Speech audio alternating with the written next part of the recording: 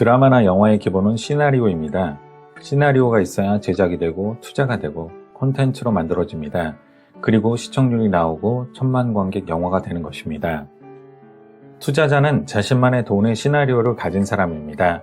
돈의 시나리오가 생기면 돈을 벌기 위한 행동이 명확해집니다. 책 돈의 시나리오에서는 자신만의 시나리오를 강조합니다.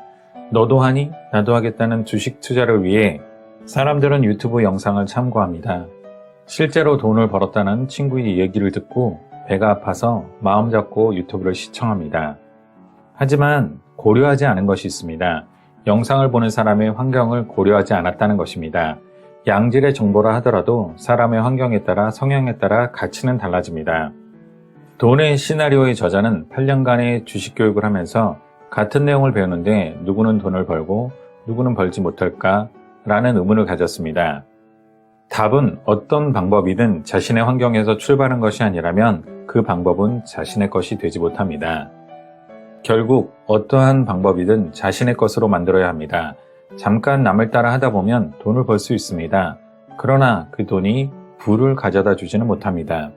부를 가져다 주는 돈은 자신에게 맞는 시나리오를 만들고 검증하고 실행해야 부를 창출할 수 있습니다. 사극의 시나리오로는 결코 로맨스를 찍을 수 없습니다. 당신만의 돈의 시나리오를 작성하는 첫걸음은 목표를 세우는 일입니다. 많은 사람이 당신의 목표는 무엇인가요? 라고 물어보면 대답을 못하는 경우가 많습니다. 자, 이제 당신이 진짜 원하는 것을 적어봅시다. 나이가 어떻게 되든 10년 단위로 구체적으로 수치화하여 삶을 그려봅시다. 이 순간만큼은 현실과 환경을 고려하지 말고 적어봅시다. 나이가 30대라면 40대에는 잘 살았으면 좋겠다는 마음에 그치지 말고 어떤 곳에 살 것인지, 어떤 차를 타고 다닐 것인지, 어떤 시계와 가방을 들고 다닐 것인지 적어보고 사진도 붙여봅시다. 그리고 그것들을 하기 위해 돈이 얼마나 필요한지 계산해 봅시다. 그 금액이 당신만의 목표가 됩니다.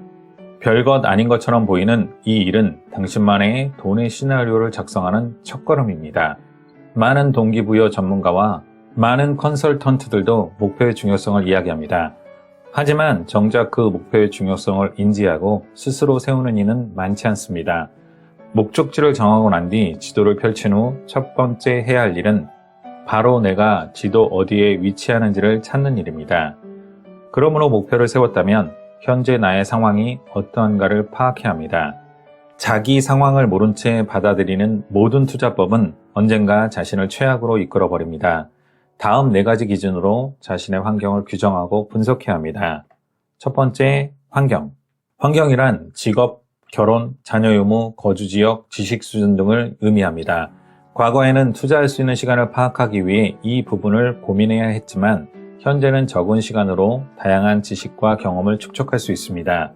환경이 불리하더라도 극복할 수 있습니다. 두 번째, 성향. 투자자로서 그 사람의 가지는 선천적, 후천적 기질을 의미합니다. 성향에 따라 투자 방법과 상품, 시나리오를 만드는 방법도 다르지만 이 성향이 절대적이지도 않습니다. 자신의 성향을 먼저 파악하여 그 성향에 맞는 투자 방식으로 투자를 시작하는 것이 필요하며 성장하면서 투자 성향이 바뀔 수 있다는 사실을 인정해야 합니다. 시시각각 변하는 상황에 따라 성향을 대응시키는 것이 좋습니다. 세 번째, 나이. 대부분 어린 나이일수록 길게 보는 투자 상품을 공부해야 한다고 말합니다. 하지만 저자는 반대로 말합니다. 젊을수록 짧은 기간에 결과가 나오는 투자 상품을, 나이가 들수록 길게 보는 투자 상품을 공부해야 한다고 말합니다. 왜냐하면 젊으면 실패해도 다시 일어설 확률이 높지만 나이가 들면 여러 가지 제약으로 다시 일어선다는 것이 쉽지 않기 때문입니다. 네 번째, 돈의 크기. 많은 사람의 돈의 크기가 투자와 직결된다고 생각합니다. 돈이 많을수록 많은 돈을 벌 수 있고 돈이 적으면 할 수 있는 일이 없다고 말합니다. 입버릇처럼 하는 말이 돈이 돈을 번다는 말입니다. 물론 돈이 많다면 더 많은 돈을 벌 자격이 있다는 것입니다. 하지만 많은 돈이 있다는 것은 손해 역시 클 수밖에 없음을 의미합니다. 투자 실력과 성과를 만드는 힘은 결코 자본의 크기에서 나오지 않습니다.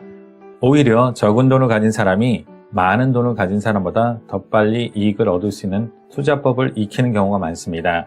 많은 돈을 가졌다면 늘 자신의 가진 돈의 크기를 경계해야 합니다.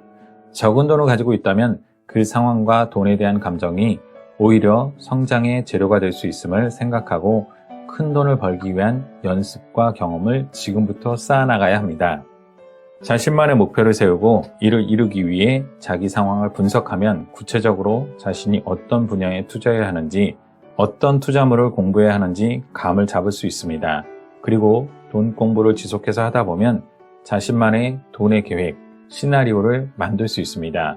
자, 이제 자신의 상황을 파악하고 돈의 시나리오를 만드는 집필을 시작하시길 바랍니다.